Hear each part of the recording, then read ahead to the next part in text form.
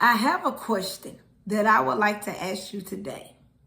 Could you be one of those people that's telling people, do what I say, not as I do?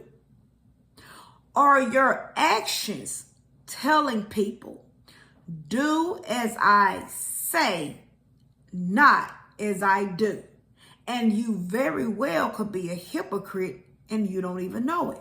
Somebody may say, what do you mean? Well, see, I want you to think about your life, and I want you to think about the very way that you live your life. And see, could you very well be one of those people that you tell people what's right? See, when it's time to tell somebody what's need to be done, you know the right words to say.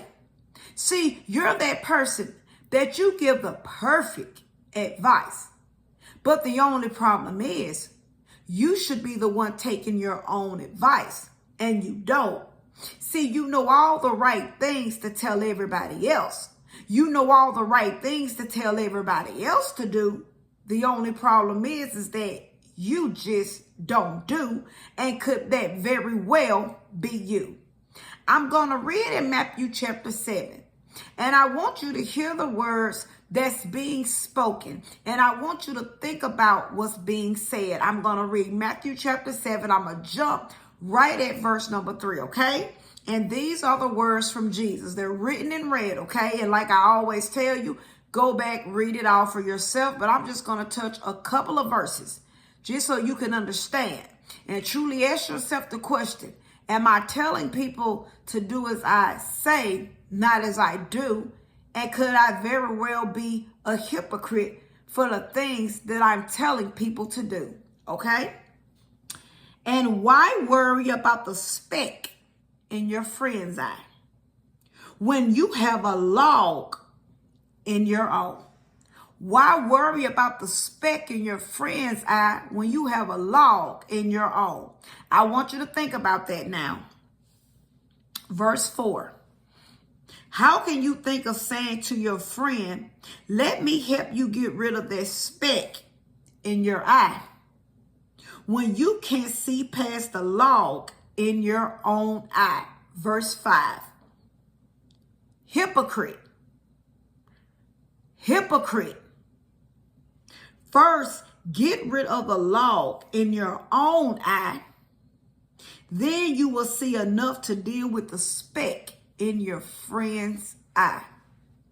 Could you very well be a hypocrite and you don't even know it?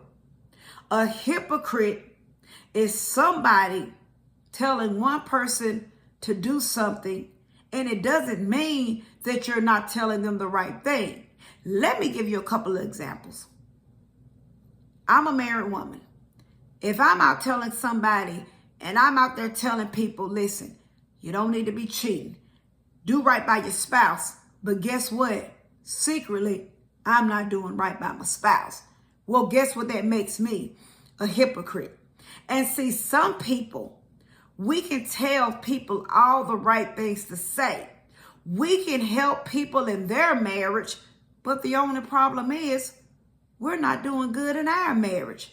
See, we can tell other people everything they need to do. But the question is, why aren't you doing the very things that you're telling everybody else that they need to do? And that right there could very well make you a hypocrite, and you don't know it.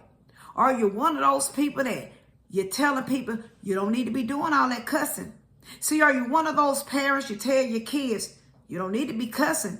And don't get me wrong, you're not wrong for telling your kids they don't need to be cussing, but the only problem is they always hear you cussing.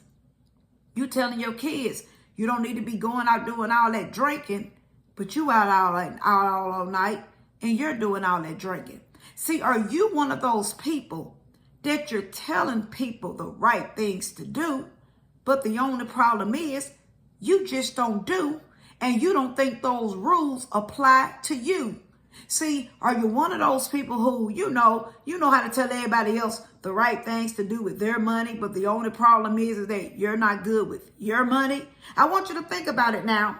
You got every idea to tell people the right way that they need to be spending their money, but the only problem is when it comes to you, you're not good with your money. You spend your money any kind of way, but you got the nerve to be trying to tell other people they need to do things the right way. You talking to people about handling their bills and making sure you put money aside and save it, but the only problem is you're doing the total opposite. And again, it's nothing wrong with us telling people to do things the right way, but we have to be real with ourselves and say, by the life that we live, could we be pushing people away? I want you to think about it now. Are you one of those people who you telling people you need to get married? You need to get married. You don't need to be doing all that sleeping around and shacking. You need to get married and do things the right way. But you laying up, you shacking, and you living the wrong way. See, are you one of those people that be preaching at people, telling people you need to live right? But the only problem is you're not being pleasing in God's sight and you're not living right. See, are you truly mindful of the things that you're doing? Are you mindful?